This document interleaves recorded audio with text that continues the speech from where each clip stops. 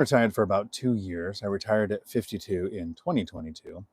And that's a lot of twos to say in the first 10 seconds of a video. But I want to talk about the most important lesson that I learned retiring early. And I've watched a bunch of videos that talk about things that people learned, and I've made a couple videos on that, but this is the lesson that has taken a while to sink in.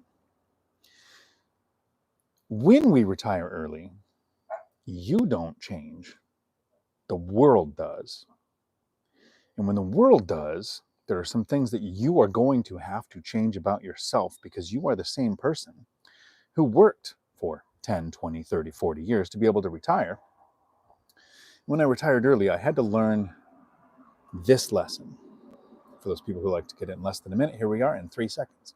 Learn to say no.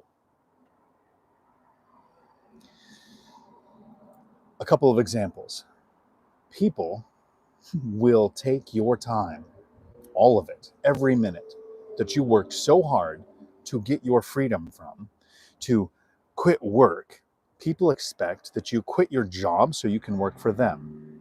Don't do it. Not even for free. Help me move. Help me transport this thing that's too big for my car. Watch my kids, watch my pets, house sit. You have free time. You can do all of these things that I can't do because I have a job. You're going to hear that over and over and over, and in a million different ways that I couldn't even think of to put into a video. But you need to protect your time and don't let somebody else take it. I'm not saying be rude. There is a polite way to say no, like F off with that. But don't let people take your time. We did not work hard for a decade or 2 or 3 to put money to work so that we don't have to work, so that we can free up our time to solve everybody else's problems. You had those same problems when you were working, and you were working for financial freedom.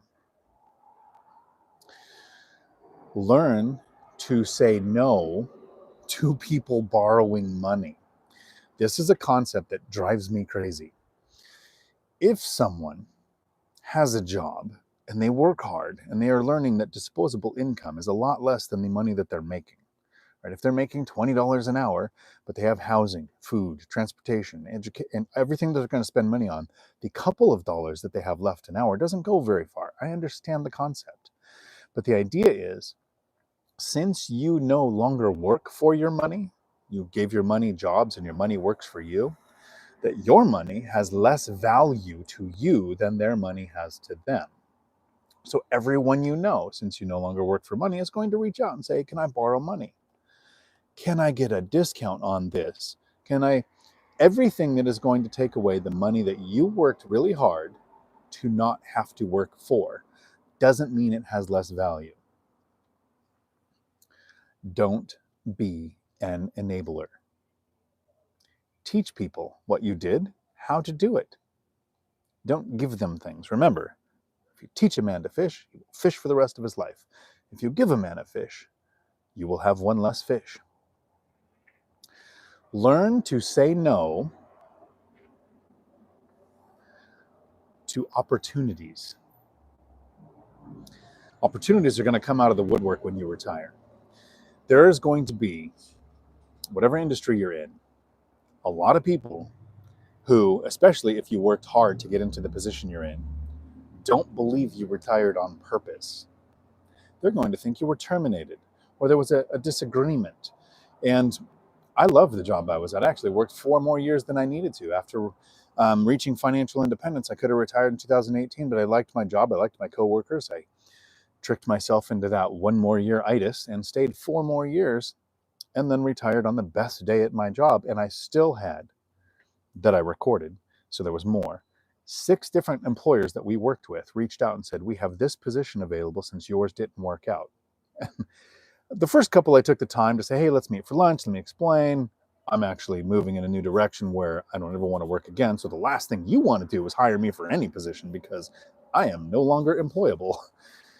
And then I just realized I just send back a nice little no thanks, because who has time to meet for so many people with lunch when, remember, the first thing that we learned how to say no to is people stealing your time. And you're retired. We can just meet for lunch or meet for dinner or whatever. Yeah, sure. Let me make this a day where I have to wear pants, which is not a requirement when you make a video on your own porch. That's why I was looking to see who was close. Learn to say no to opportunities. Because of the quote that I'm going to say at the end of this video, you'll understand why that is so important that you learn how to say no to those opportunities. Because there's going to be a lot of people who do not believe that you retired on purpose.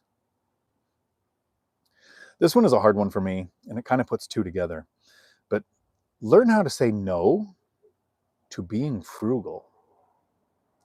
It's one of my biggest problems with the financial independent retire early community as a whole. Two things that I have a problem. One, they hate real estate. They tend to not like it. And two, they want to live a frugal life, right? Live close enough to work to where you can ride a bike and the latte factor and all of that. And I did not work hard for a decade to be able to retire early so that I could then live frugally. If I had to live frugally in retirement, I would have just kept working. So the key to that is don't retire when you have just enough. Make sure you have a multiplier of enough so that when you retire, you don't have to live frugal, but you built habits over that time that it took you to reach financial freedom and make work optional, where you didn't go out and eat, or if you did, you had an appetizer, and you didn't go to expensive things, and you didn't take vacations, and all of those things that we did to save the money so that we can invest that to put the money to work to reach financial freedom built habits that are really hard to break. So I came up with things like reverse budgets, right? I have an asset for every expense. Now, it might be a well-diversified stock portfolio with some bonds and some T-bills and some, however you did your buckets method. And if you invest in stocks, I recommend checking out Joe Kuhn on YouTube, because I don't invest in stocks. He does, and he can explain it much better than I can. If you run a business, oh, the fairy's leaving.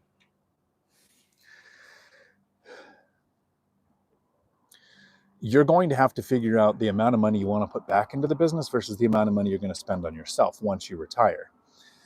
When you invest in real estate, or you have passive cash flow, if you're using the 4% rule, or if you're using your cash flow from your rentals like I do, the reverse budgets are an asset for every class, for every expense, right? I have the healthcare duplex. I have the travel duplex, which is my most recent purchase. I have the dating triplex, the vodka fourplex, like the asset for every expense.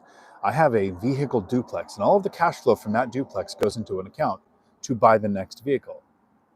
I don't want to buy a cheap vehicle. I'm not going to buy an inexpensive 15-year vehicle like the ones I drove to reach financial freedom. That's probably not going to be brand new. I'm not going to buy depreciation, the immediate depreciation that a vehicle gets when you drive off the lot. I'll probably buy a 2 or 3 year old vehicle, but it's going to be somewhere between $60,000 and $150,000, depending on when I get it and how much of the cash flow built up from that asset.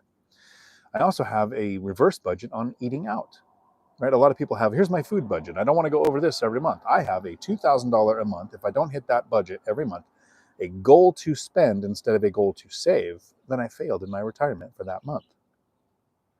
It's getting easier and easier to hit that $2,000, so I might increase that. The last thing, before I get to my quote, on this lesson of learning to say no in retirement, one of the biggest, hardest lessons I've had to in retirement. It took me a while to realize all of these things, that the more I say no to, the better life is. I'm not saying say no to everything, but the more we say no to, the better life will be, because we need to learn to say no to what it took to reach financial freedom. The risks that we took, the investments that we made, the work that we did, the 50 to 60 hours at our W-2, the 10 to 20 hours on growing our asset class, or studying your stock market, or learning crypto, or whatever you did to grow it, you need to learn to stop doing that. The risk it took to reach financial freedom, the time it took to reach financial freedom. Cody Davis is giving me $2 to say no. So I will say no to Cody Davis, who I didn't say no to recently when he said, can I come over? Because this is going to come up in that quote at the very end. It's very important to understand the reasons why we want to learn to say no. And I'm going to try to wrap this video up here, because if you want your questions answered during a live stream every Tuesday at 4 p.m. Pacific, I do a 1.5 to 2 hour video where I answer all the questions. The purpose of these videos is to get some information to those people who would never click on a 2-hour video. I don't want to, in retirement, save to live frugally, to save and invest the difference, to grow the rentals more, to grow the stock portfolio that you have more, to buy the next rental. It will happen because the money piles up. It's a terrible problem I can't wait for you to have. But I don't want it to be the goal. As the money builds up, I want to think of, do I want a boat? No, I'm going to rent those. Do I want an RV? Probably someday when I'm done traveling. I want to put money into from the assets to pay for the liabilities. And in retirement, it is time to acquire some of those liabilities, like a date.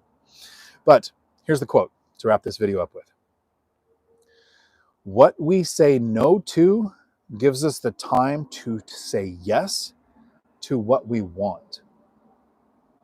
So that when somebody like Cody reaches out and says, hey, I'm in the area, can I swing by and hang out for a bit? You can say yes, because you're not out moving somebody.